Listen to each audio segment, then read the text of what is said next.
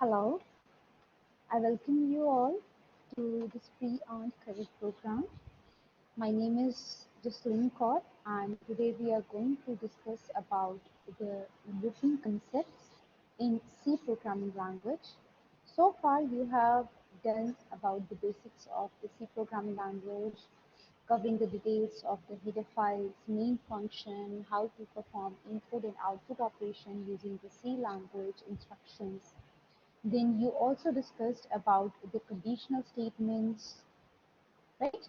And now after the conditional statements, we are going to start with your next topic, and the topic name is looping statements, right? So let's start with the topic. So let's start with your course. Before looking at the basics of looping statements, let me tell you about some of the course objectives of this lesson, or I would say lesson objectives, which you would be able to achieve at the end of this course. So the very first objective is, at the end of this lecture, you will be able to understand the purpose of looping statements and the different types of loops available in programming languages.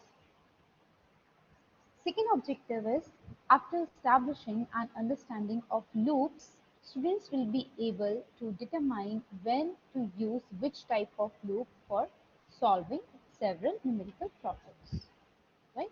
Since you have different types of loops, so you need to have a little bit of understanding that when to use which type of loop as per the requirement of the program.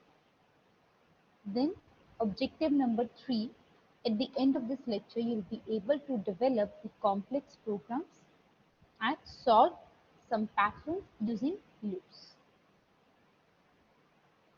Last but not least, at the end of this lecture, you will be able to analyze, evaluate, and create solutions to some complex engineering and mathematical problems using the looping statements. And you will also be able to solve some competitive based problems on the HackerRank or HackerEarth related to the looping statements. So let's start with our journey. First of all, let's say that what are looping statements? What do you mean by looping statements? So basically a loop means a repetition, right? So looping statements means instructions. So these looping instructions would be used in such situations when you need to repeat some task again and again, right? When you need to execute some instructions multiple times. This is when you are going to use the looping statements. Obviously, you need to have some specific condition to tell the computer how many times you need to repeat the statements, because if you don't tell the computer how many times to repeat, the computer will keep on repeating. The software will keep on repeating. That is what known as the condition. So in loops, you have one thing. So first of all, you are going to start with the counter. For example, let's say you are talking to 3-year-old child. He just started his learning journey, and he just started how to pronounce, how to name numbers, count numbers from 1 to 10. So how you are going to say to that child? You are going to say, na, please tell me counting from 1 to 10, right? Means 1 is the initializer. You are going to say, you are going to start from 1. 1 is the initializer, and till 10 is the condition. So child knows what are the numbers from 1 to 10. So the child will keep on repeating the numbers from 1 till 10, and at n, child will stop, right? This is how we are going to deal with the computers, right? For example, to input a number, we will call the input command once, right? To input a single number, you are going to call the input instruction only for one time. However, if you want to input multiple numbers, n numbers, it means you are going to write the input statement multiple times. Is it? No, definitely. because if you're going to write the input statement, you're going to call the input function n number of times, it will be entirely your wastage of time and it will reduce the readability of the code. So therefore, in such cases, we are supposed to repeat the task n number of times using the loops. That will be the most desirable option. So you're going to set that your value, first of all, you're going to set any variable, let it be a counter, right? Which is going to track your numbers. So let's say you're going to say that initially your counter is 1, you're going to start your counter with 1. Then you're going to set the condition until your counter value do not reach the number n, right? Then you're going to take input. Now you have taken input for the first time when counter was 1, right? Now next time you're going to increase the value of counter by 1, means now your counter will become 2. Then you're going to take input second time, then third, then fourth, and so on. This is what looping statements are, right? Okay, then loops are important because they help your code stay bug free, keep your code short, and save you programming time. We use loops in everyday life. Anytime you repeat the same task multiple times in a day, you are looping an action. They are especially useful for a computer. Remember, a computer can't do anything unless it is given instructions by human. And loops are one of the tools that programmer they use more effectively to give instructions, to repeat some task again and again, right? When you are using your computer, you are using mouse multiple times, you are clicking on the screen multiple times, you are moving your mouse from left to right, from right to left, and so on. Means you are repeating same task again and again. So what computer is doing at this time, computer is following the looping instructions which is there in its code, in its software, right? Okay, so I hope till now you have got some idea about the loops, how we are going to use the loops. You're going to set a counter, then you're going to set the condition, and then after the condition, you're going to update the value of the counter. Firstly, you will say your counter is 1, do the task. Done for one time, then you're going to increase the value, do the task second time, then increase, and so on. So let's do one looping activity, right? With which I want to ensure that you have understood the concept, the basic concept clearly. So here is your task. Your mission is you have to create a fun fitness program for the first family. Let's say there's a first family. You have to create a fun fitness program, and in the program you have to make use of loops, means looping instructions. I'm not going to give you to write a program in the beginning of the first lecture of your loops, but you're supposed to write simple algorithm for this one, right? So now you might be wondering, what do loops have to do with this work routine? Think about everything that you need to do to use a jump rope.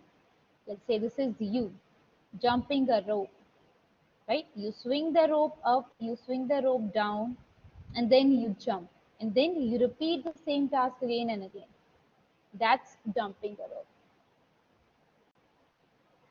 Take time to think about the solution, how you're going to do. So these are the 3 steps which you need to repeat, right? Okay, so let's discuss about this activity also without wasting our time. You might have got some idea, right? Like some of you might be thinking that yes, first of all, my first instruction will be to jump. No, first instruction will be to swing the rope up, then swing the rope down, and then jump. This is going to be your program. Okay, so as a human, if I talk about, you wouldn't have to think about the every single step. You know how to jump, right? What if you want to explain the same thing to 3-year-old child? Would 3-year-old child able to jump like you do? No. For that one, you need to explain this concept to a child step by step, the same way we have to do it with a computer. So you would not say jump rope 10 times. If you say jump rope 10 times, the child will look at you and will be confused. He's saying to jump, but I don't know how to do, right? So you would have to break down the instructions for every single step, right? So either you can write these three instructions 10 times: swing rope up, swing rope down, jump. This is for once. Then again, second time you're going to repeat this block. Then again, third time you're going to repeat this block. And how many times? 10 times. And if you write the program like this, it will become a little bit cumbersome, right? And hard to read. So instead of writing a program like this, you can simply make use of the loop. You can say swing up, swing down, jump into 10, right? This is how we are going to do this one with the looping statements. Okay, all right. Now you have got the idea of the loops. Now let's see what are the different types of loops that you can apply in your programming instructions. So there are two types of loops. First one are entry control loop and second one are exit control loop. Now let's see what are entry control loop. Entry control means the entry is controlled. It is on surveillance, right? So you need to make sure whether whosoever is entering the gate should have a proper unique ID or should meet certain conditions. This is entry control loop. If the condition is not met, you cannot enter the gate, right? Similarly, if we talk about exit control loop, it means at once you can enter, but in order to exit, you need to fulfill some criteria, right? For example, if we talk about our friends, our relatives, I don't think we don't have any conditions for them to enter our house, to come or visit us, right? But if they want to leave our house, then we always put some conditions in front of them to have some drink or to have some snacks before going, right? So this is exit control loop, right? So exit control loop means you are going to use in that situation when you are going to execute your instructions for once. Then if you want to repeat the same instruction, you want to repeat the same portion again, then you are going to ask the user, do you want to repeat the same portion again?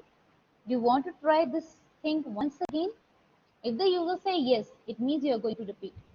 Else, you are going to exit. So these are the exit control loops. Okay.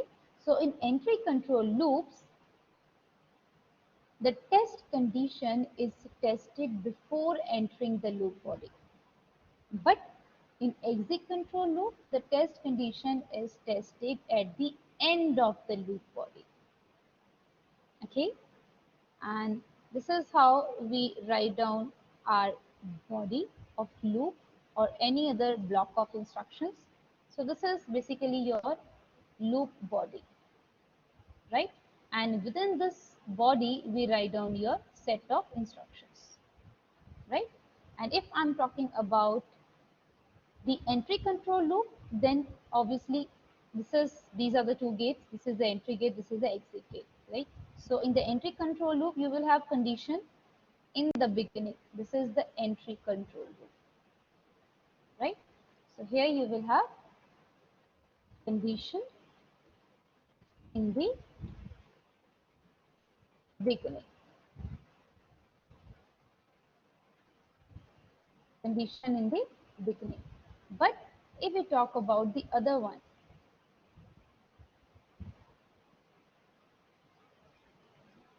if we talk about the other one, then on the other side for the exit control, you will have condition at the end over here after the body. Here you will have the condition.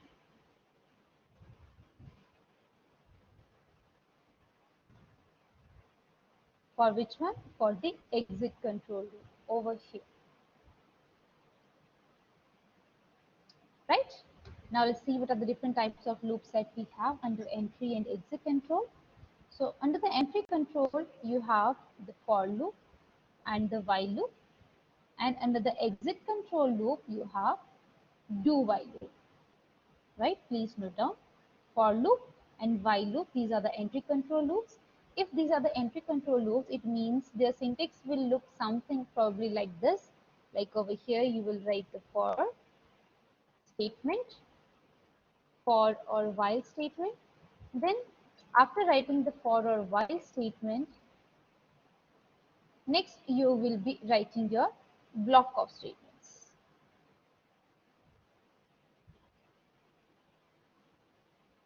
Instructions. And then here your block will be. Similarly, you're going to write the same for the while loop, where here instead of for statement, you will have the while statement, right? Because it's entry control loop, right? However, if we talk about the exit control loop, then in exit control loop, here you will have the body, right? And here you are going to write down the condition for the do while, okay? Do some task first, then I'm going to check the condition whether I want to repeat this task again or not. This is the do while loop. Then after this, next another type of loop you have is infinite loop. Infinite loop means I would say I will run forever. This is infinite loop. And the infinite loop is dangerous for your system, for the memory of the computer. So an infinite loop is a looping statement or the construct that does not terminate the loop and executes the loop forever. Like for example, there are some people who are very talkative, keeps on talking for 1 hour, for 2 hours. Will you be able to listen to this kind of people? Obviously no. You will say, please stop, else I will become deaf, right? So similarly, if your loop keeps on continuing, it will eventually one time will come when your memory will become full, right? When the memory will become full, the loop will stop automatically because the program don't have any further memory to print the instructions or execute the instructions anymore, okay? Until there is a system or memory overflow. So this type of loop is known as infinite loop, right? It is also known as indefinite loop or endless loop. It either produces a continuous output or no output. 90% it produces continuous output. Now, infinite loops can be created either intentionally or unintentionally. Unintentionally means it happens due to a mistake or a bug in your program, right? You forget to write some instruction to end the you forget to write the ending condition, stopping condition, your loop will run forever, right? Or maybe you did some mistake in the program unknowingly, right? And that mistake will lead your code to run infinite times. Don't worry, you will encounter these kinds of problems for sure, right? And second type is that you create infinite loops intentionally. For example, when you're going to create infinite loop unintentionally, an example, when we can create intentionally. For example, if you want to check your system for any bugs, runtime bugs, when you're executing the program, then you will say that my program will run forever and I can check any input, right? And then I'm going to close. So you have this condition, check input, and you want to execute it number of times to test whether it's running perfectly fine or not, giving input for all the inputs for all the test cases perfectly or not. This means intentionally you're doing. Okay, then now infinite, as I told you that loops are of three types: for, while, and do while loop, right? Now using these three types of loop, including the go to statement, you can create the infinite loop, right? So intentionally infinite loop explicitly creates to achieve some requirements, some task. The loop structure that we use to create intentionally or explicitly infinite loop and run the code specified in a loop to repeatedly or infinite times. So we can use the following loops to create an infinite loop: for loop, while loop, or do while loop. For example, let's say if I skip the condition, I don't include the stopping condition for my loop. It means it will run forever. Yes, it will run forever. Or if the condition is always true, the conditions when you can have the infinite loop is condition number one, no stopping condition. Computer don't know when to end. So it will run forever. There is no stopping condition, infinitely. Second, when condition is always true, condition is there, but condition is always true. Again, it will run infinite because condition is always true, right? It's not ending, it's not stopping, so it will run forever. These are some of the two cases when your loop will run infinite.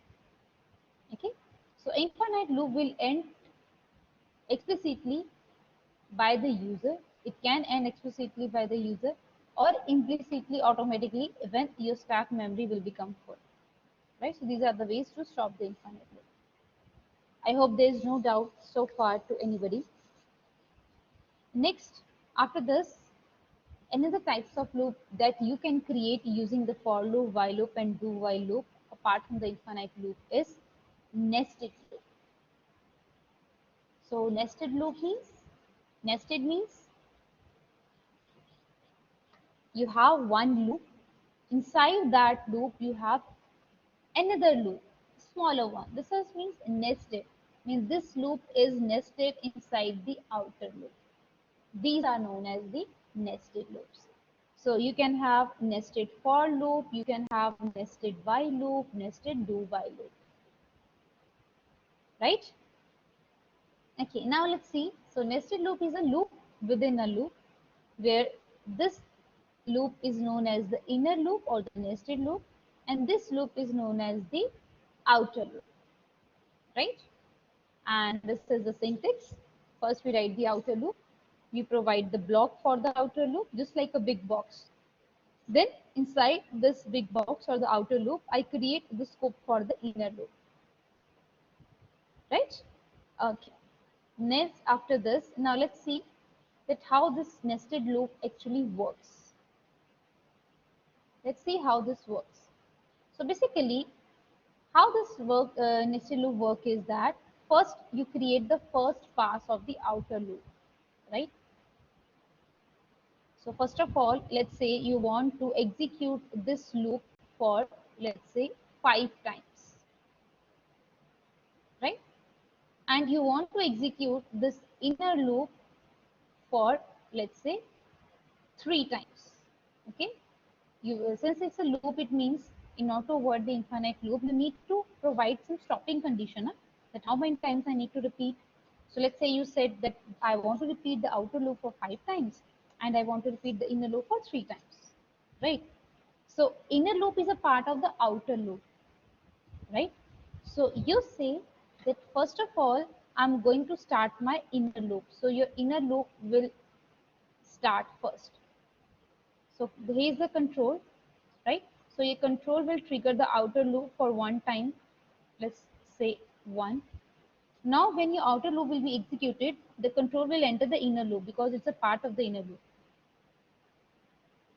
right? Now inner loop will also execute for the first time. Okay. After executing first time, now you have executed the inner loop for the first time. Then obviously you need to update it because you need to execute the inner loop for 3 times. Once you are done, now you want to repeat it second time. For your information, this outer loop will be updated only when the inner loop will complete its execution.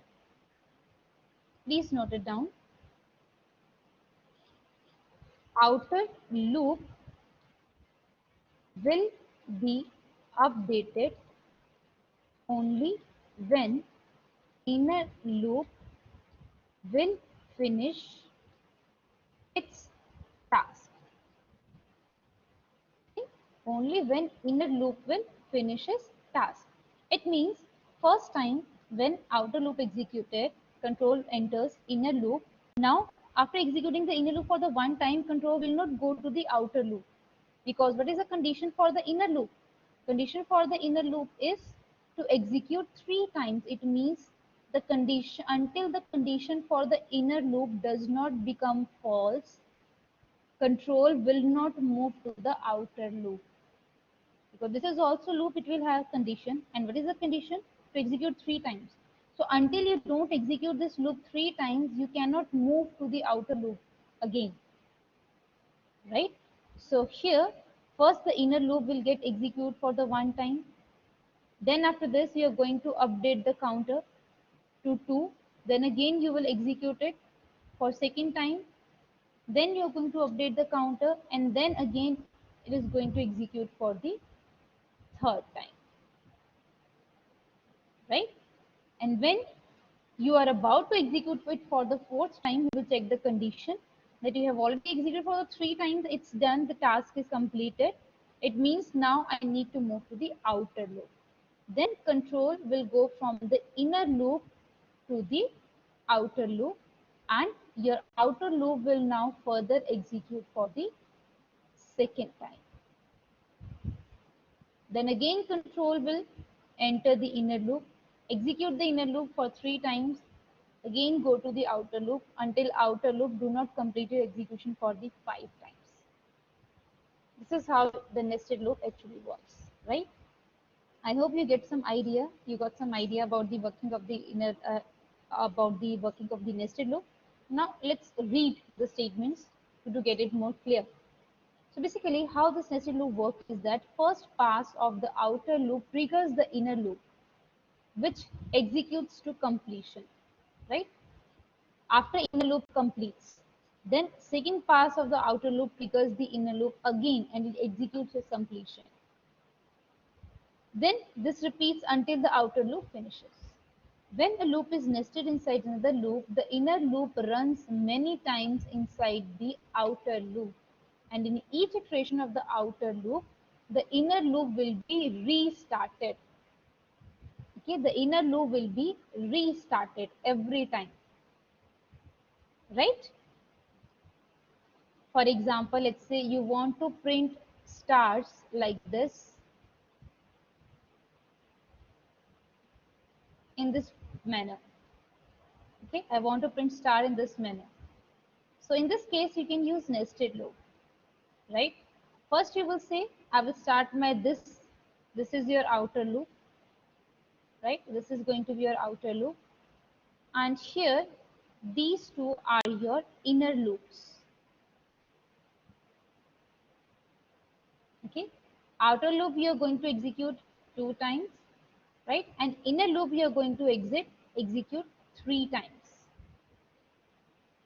Okay, so firstly you will start from this counter, execute it for 3 times, 1, 2, 3. Then you will again come to the outer loop. Now you will move to the next counter. Again execute it 3 times, 1, 2, 3, and then you will end. I hope now you got the idea, right? Okay, very good. Now after this, next, this is example which I just told you, that example of the nested loop. For example, let's say you want to print a box of 5 by 5, right? So how you're going to print this box of 5 by 5? You're going to, here you'll be using the two loops, inner loop and outer loop, right? So inner loop will print the 5 stars in this manner. This is the inner loop, printing the 5 stars, 1, 2, 3, 4, 5. Okay, so you did this task for the first time, and how many times inside the task you have subtask, you had subtask to print the stars 5 times. Then again you're going to repeat the same task second time. You're going to update the outer loop variable, then repeat this task again 5 times, then third time, then fourth time, then fifth time. Okay, all right. Then after this, now next have a look at the for loop, right?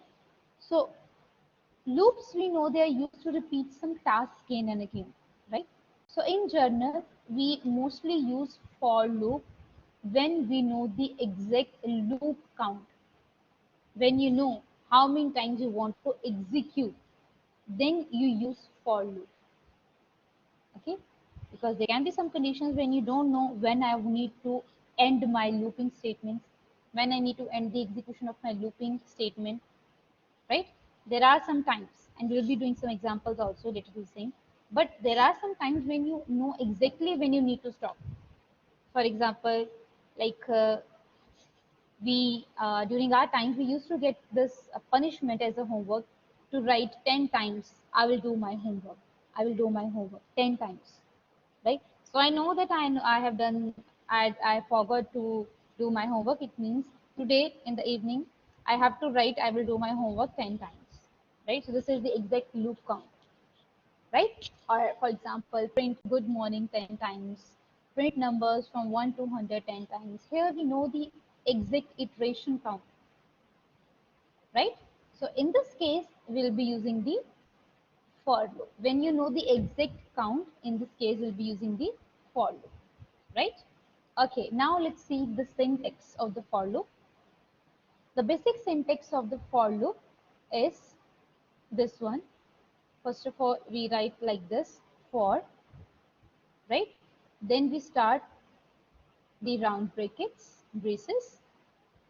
Then inside the round braces, we write three separate statements. This is the for, this is the keyword, right? And we call this entire statement as for statement. What we call this statement? We call this statement as for statement. Let me highlight it. This statement is known as the for statement, right? Then after writing the for statement, we start the block of code by writing these two curly brackets, okay? And inside these two curly brackets, whatever statements we write, this one is known as body of for. What we call it? We call it as body of for loop. Body of for loop.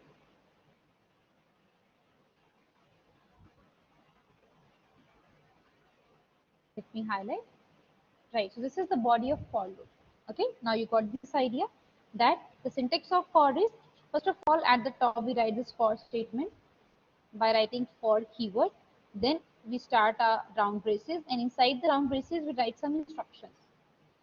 Then after this, here you need to close this round braces, and then after closing this round bracket, we will create our block of code, a block for the body of for loop, right? Now this body of for loop will act as the instructions for this for only, not for any other part of this program. Okay, now let's see the further components of the for loop. So the for loop take into account three inputs or three parameters. The first one is initialization, second one is condition, and the third one is increment and decrement. First one is this one, initialization. This is the first type of instruction, instruction number one. Then after this you have second type of instruction, which is condition. Then third one you have is third type of instruction, which is updating the counter. Updation. This is the condition.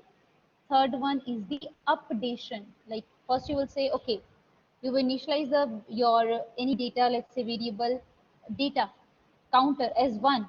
You say initialize 1. I'm starting from 1. For example, if you jump rope, you initialize in your mind that now I'm going to start my first jump, then I'm going to start my second jump, third jump, and so on, right? Until I don't get tired or until I don't reach the value till 100 or 500 or more than that, right? Depends upon your capacity, okay? All right. So this is the initialization. Then here I will have the condition. Then I need to update.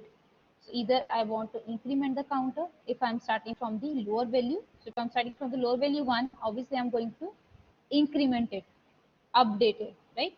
If I'm starting from the higher value, let's say 100, I want to repeat my numbers from 100 to 1. So I will decrement it, right? Okay. So here, let's see that how it happens, how this for loop actually works, right? So how for loop works is, first of all, we initialize the variable. Then after initializing the variable, let's say you take the variable as counter equals to 1, right? Initialize the count equals to 1. Then after this, you check the condition. Let's say the condition is that until count is less than equal to 5. This is the condition. Until count is less than equal to 5. If true, execute the body. If true, execute the body, else terminate the loop.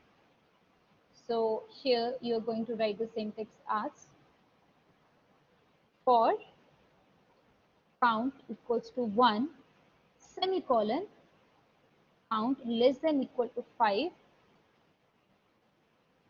count less than equal to 5, semicolon, count plus plus. Right? So this is going to be your for statement. Now let's see that inside this for statement, I have written my body of for loop something like this. See printf %d comma count means I want to print first 5 numbers 1 to 5, right? So this comes under the body of my for loop. Okay, so let's see that how it will execute. So first of all, first step say initialize the loop variable counter. So first this statement will be executed, count equals to 1 at the backend. Then after this, control will go to the condition part. See here you have 3 different conditions: initialization, updation, condition and updation. That's why we have semicolon to separate 3 different instructions. You cannot use comma over here. It should be semicolon. Okay. Now condition will be checked. Count is 1, 1 is less than equal to 5, true. If it is true, control will go to the body of for loop. We will enter the loop. So you will have the output as 1. 1 will be printed. Right? This was your third step. After executing this third step, control will go to the updation part here. This is the step number 4. Now counter will become, initially value of count was 2. Now counter will become, from 1 it will become 2. Right? Then again control will go back to the condition. Step number 5. Right? Now counter is 2. 2 less than equal to 5. Again condition 2. Print count. So here 2 will be printed. Again, after printing the count, control will go to the updation part. Count will become 3. From 2 it will become 3. Again check the condition. 3 less than equal to 5, true. Enter the body of for loop. It says print count. So here we are going to print 3. Then again after printing 3, control will now go to the updation part. Now value of 3 will become 4. Right? Again condition will be checked. 4 less than equal to 5, true. Enter the body. Print value 4. 4 will be printed. Then again control will go to the updation part. Count is incremented. The value of count becomes 5. Again check the condition. 5 less than equal to 5, condition true. Again true. Printf %d comma count. Print 5. Then after this again control will go to the counter and counter will become 6. Now for the number 6 here, when the counter will become 6, condition will be checked. Now is 6 less than equal to 5? No, 6 is greater than 5. So for this case, condition is false. And when the condition is false, now control will come out from the for loop, right? So this is how your for loop actually works.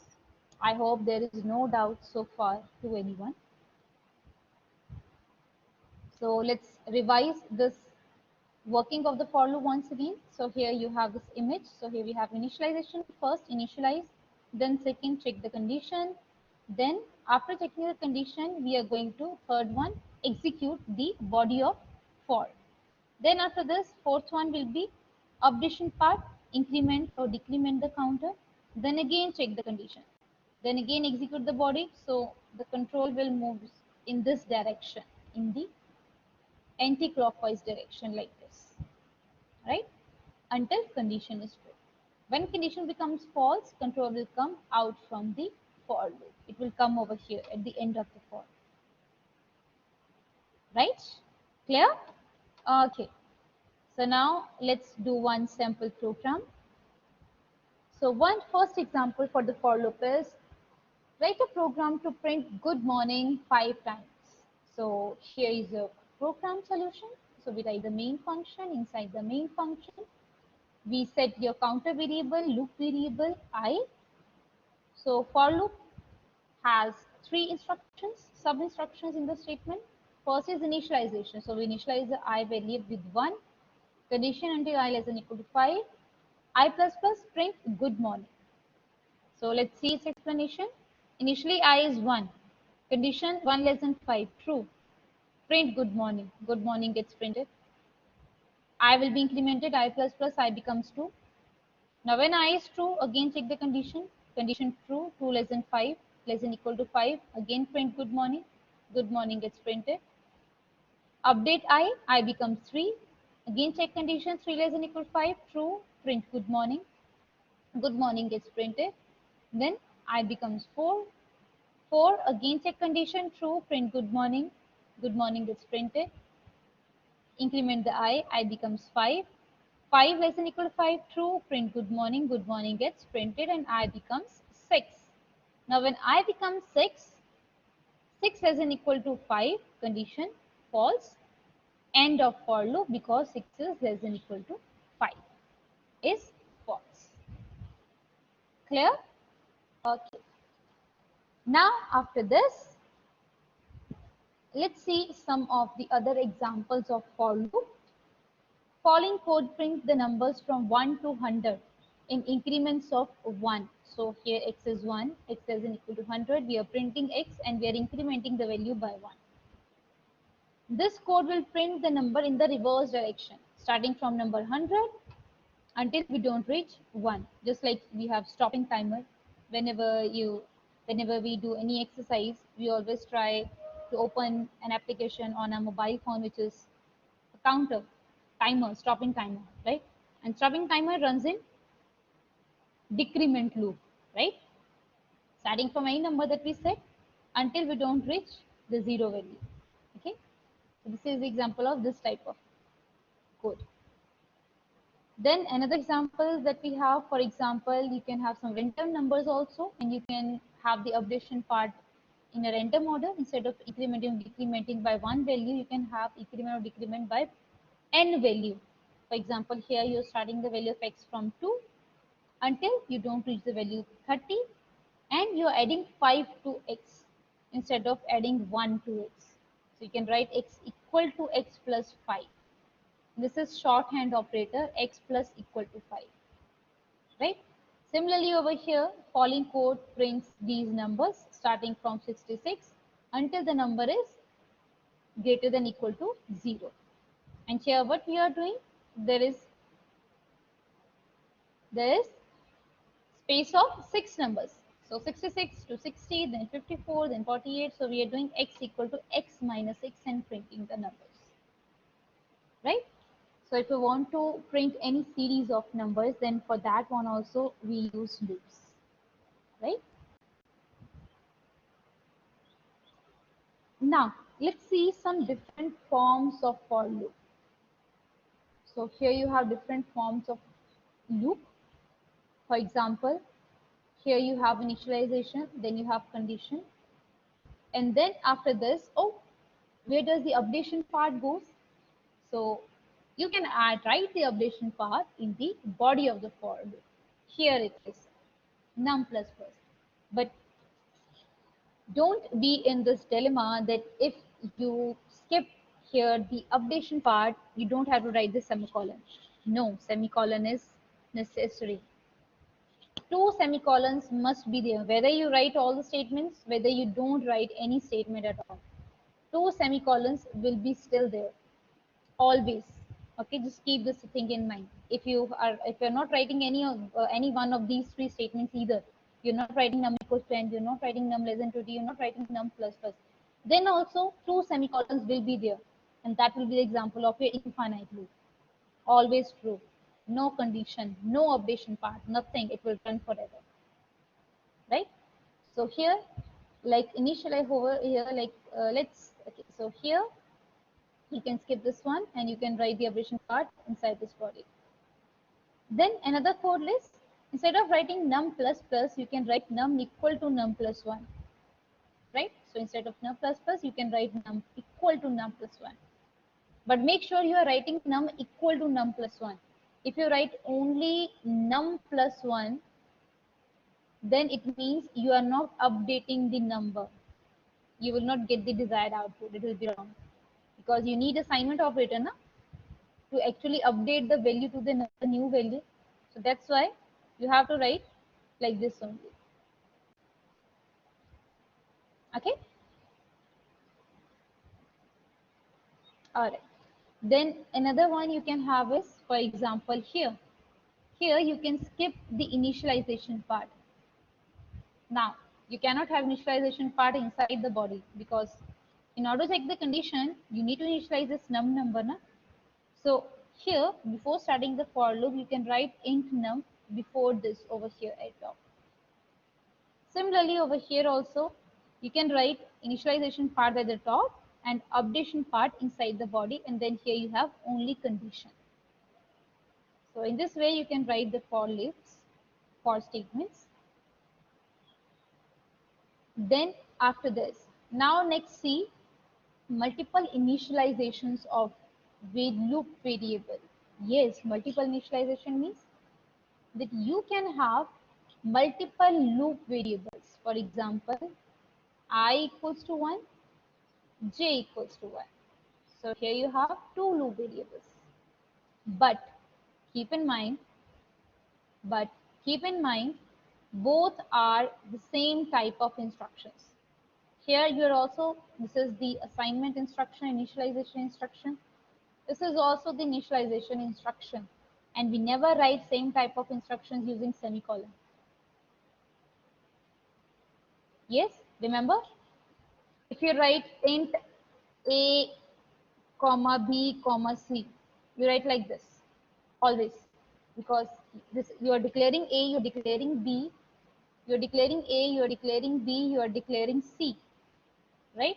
So these three are here. You have three declarations of three variables, integer variables. So you are writing them with a comma operator. Yes or no? We never write like this. Int I semicolon j semicolon c. What will happen if you write like this? This is wrong, na? We never write like this. We never write semicolon over here. If you write semicolon, it means this is the end of instruction, right? You will get error at this point. What are J and C? That's why the initializer and in the updation part, we always write multiple initialization, multiple updations using the comma operator. But if we talk about the condition, which is this one, the second instruction, then either you want both the instructions to be true or you want any one instructions to be true. या तो दोनों, if either you want both to be true means and, either you want any one to be true means you're going to or, either this one or that one. So in this case we either use logical and operator or logical or operator, right? So you see what's the difference between The above for loop and simple for loop. In above for loop, it is initializing two variables. Please note that both are separated by comma. It has two test conditions joined together using logical AND operator, right? You cannot use multiple test conditions separated by comma. You must use logical operators, either AND or OR operator. Then it has two variables in the increment part, I plus plus, j plus plus, and they also should be separated by comma.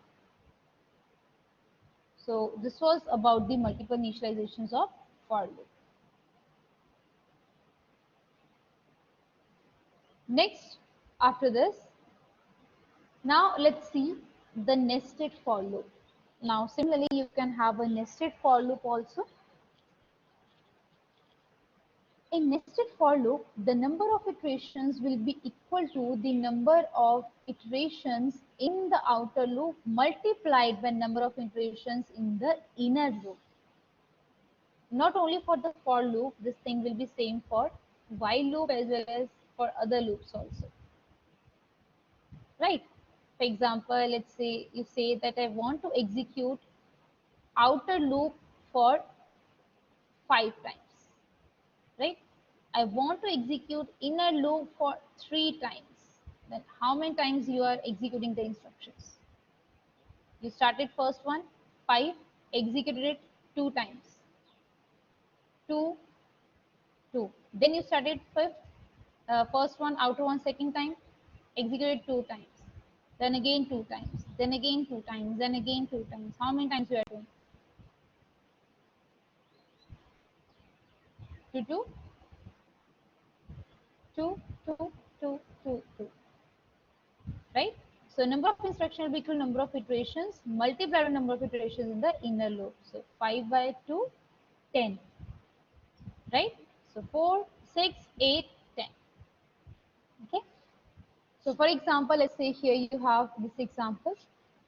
So inside the main function, right, for I equals to 0 until I less than 2, I plus plus. I is initialized with 0, 0 less than 2, true. Enter the inner loop. Initialize j with 0, 0 less than 4, true. Print value of I and j. I is 0, j is 0. 0, 0 gets printed over here. Then again control will go to j plus plus. Here j will be incremented, j will become 1. 1 less than 4, true. Print I and j. 0 and 1. So see, this is your output. So first of all, here this is the 0, 0, 0. This is your outer loop variable. And 0, 1, 2, 3, this is your inner loop variable j. Until inner loop doesn't complete, control cannot update the outer loop variable.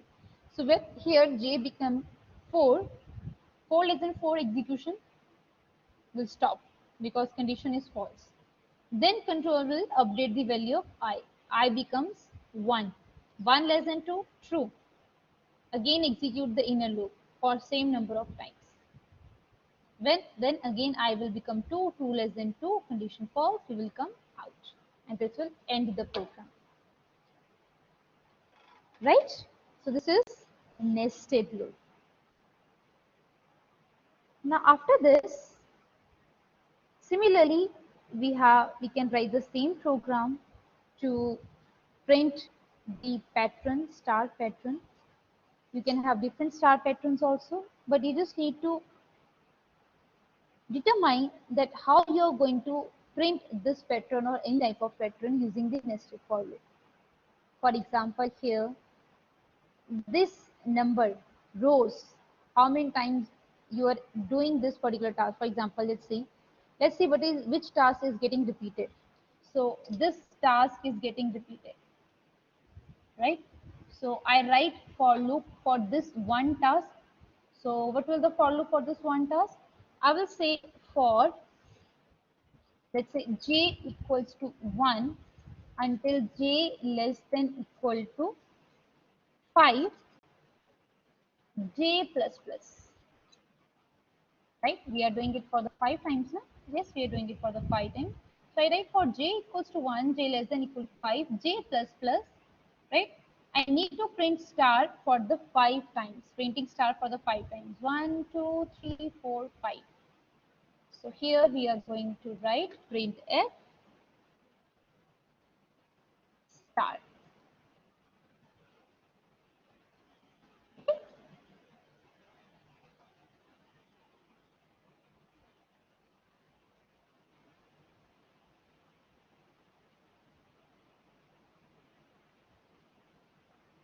Right. Printf star. So this is my for loop for one instruction for executing my this task 5 times. This is my single for loop. Right. Now I want to repeat this loop how many times? 1, 2, 3, 4, 5 times. It means to repeat this loop 5 times, which is this one. At top of it, I need to write the outer for loop over here. Now this one will become my inner for loop. And here we are going to write our outer for loop. I will say for I equals to 1, I less than equal to 5, I plus plus.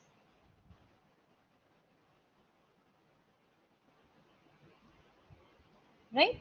So this is your outer for loop. I hope now you get the idea. Right? So first of all, your this loop variable will be initialized I equals to 1. Right? Now I equals to 1, 1 is in 5 true. So here your I is 1. Execute the loop counter for 5 times and print star. Then I will become 2, I will become 3, 4 and 5 and so on. Right? Okay, good. Now after this, after the for loop, now next we have the while loop. Now while studying for loop, we have seen that number of iterations is known beforehand. You know how many times you want to execute, you know how many times you want to print star, how many times you want to print good morning, how many times you want to print I want to do my homework, you know it well beforehand. However, there are some cases when you don't know the exact iteration count or the loop count. So for that case, we should use the while loop and even the do while loop, right? So in that case, we should use the while loop. In other words, if iteration count depends on the input, we should use the while loop. For example, let's look at the example. How many times a given number can be divided by 2 till it becomes 1? Okay, you have some number, right? And you want to find out how many times it can be divided by 2 until it becomes 1. Now here you don't know how many times you want to divide it by 2, right? You don't know it. But you know one thing, that until it becomes 1. Okay, so you don't know how many times it will execute, how many times it will loop, but you know the stopping condition. Okay, so if the user gives input as 2, then loop will execute one time. 2 by 2 is 1. Task is done in one execution. On the other hand, if the user gives input as 8, then loop will execute 3 times, because 8 by 2 is 4, then 4 by 2 is 2, then 2 by 2 is 1. So executing it 3 times. So here your execution, your looping count, it depends on the input. If here the input is 2, it will execute for 1. If here the input is 8, the iteration count will be 3. Right? So for loop will not suit here because we don't know the exact iteration count. So for that case, we will use the while loop only. Right? Okay. Now let's see the working of the while loop. So first of all, we evaluate the condition. For example, we'll check your number. Is the number divisible by 2? Yes, true. Execute the instruction. Right? Do some updation. Again, evaluate the condition. If true, execute. Again, evaluate the condition until it becomes false. So it will check the condition first. If the condition is true, statement will execute. And then we are going to update the value of the loop variable. Again, it will go to the step number 2, check the condition, and keep on repeating the steps from 2 to 5 until the condition becomes false. When the condition becomes false, execution will come out from the while loop. This is how your while loop works. Now let's do one sample program. You have to write a program to input an integer number from the user. For example, let's say here you have the sample input as 8, here you have the sample input as 20. You have to print how many times it can be divided by 2. You need to print the count, how many times it can be divided by 2 until it becomes 1. So here is the input case, here is the output. So let's see how we are going to solve this problem. So first of all, we are going to take two numbers, num and count, because we want to print the count variable. Na? So we'll be taking two numbers, num, let's say num is initially 20, count, and we are going to initialize the counter with 0. Why 0? Why we initialize it with 0? Yes. This is so because here count is a local variable. If you don't initialize it, local variables, they are always initialized with garbage value, random, any number. It can be positive, it can be negative, right?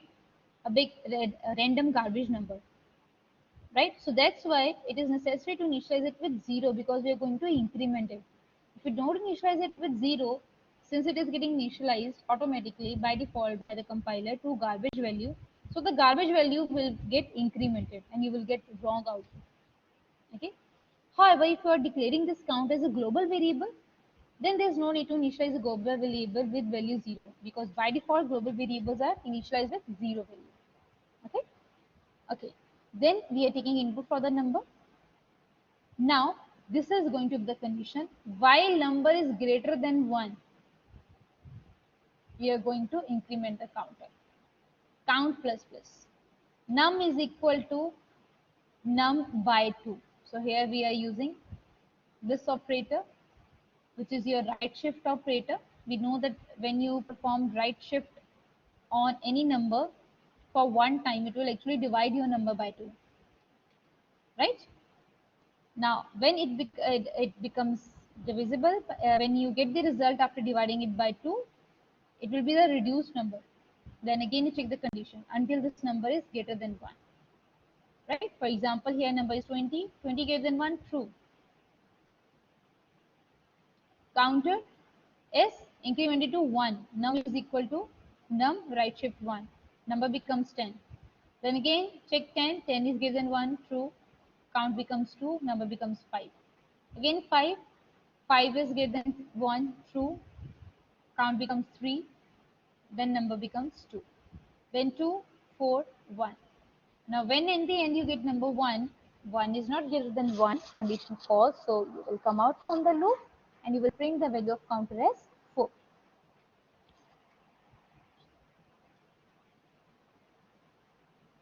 Right? Okay. Then after this, similarly you have another program, write a program to count the number inputs given by the user. So you have to count how many times the user have entered the data. This is the question, right? So here, for example, again same type of question. This is your loop variable I number. So here we are going to check the condition. Enter 0 to exit the operation. So 0 is going to be a condition, exit condition. So first time user input the number. We check, we input, we use the while loop, while scanner %d and num. In the while loop directly we are adding the input statement. Number is true and number is greater than 0. Right?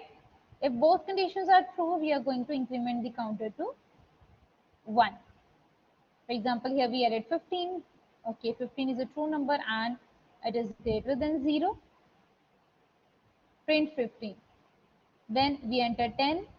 10 is a true number and 10 is greater than 0. Done. Increment the counter. Counter becomes 2. Then enter third number 20. 20 is true number. It is true and it's greater than 0. I becomes 3. Then 17, true number and greater than 0, I becomes 4. And when you entered 0, 0 here means this condition is false, but this condition is true, right? This condition is true. So it means controller will come out from the loop and you will print the value of I as 4 times, right? Next, similarly, we have do while loop. So we have discussed about the for loop, we have discussed about the while loop. Now let's discuss the do while loop. Now we have to use this do while loop when? When we use a do while loop, remember what I told you in the beginning of the types of loops. Do means do some task. While do some task until condition means first you have to do this task whether the condition is true or false. If the condition is false, then also you're going to execute this statement. While means do you want to execute the statement again? For example, you are making a software and you are asking the user to input the data, to input the details. After the entering the details, after asking the details for the one time, now you are going to ask the user, do you want to enter another data? Right? Because user is not going to switch the program and run the program again to enter the second data. That will not be correct. Okay. So you must ask the user, do you want to enter another data for the second user, for the second student, for the third student, do you want to enter the details? If yes, now if yes, this is going to be the condition. If yes, do the task again, means repeat the statements. If no, we are going to exit.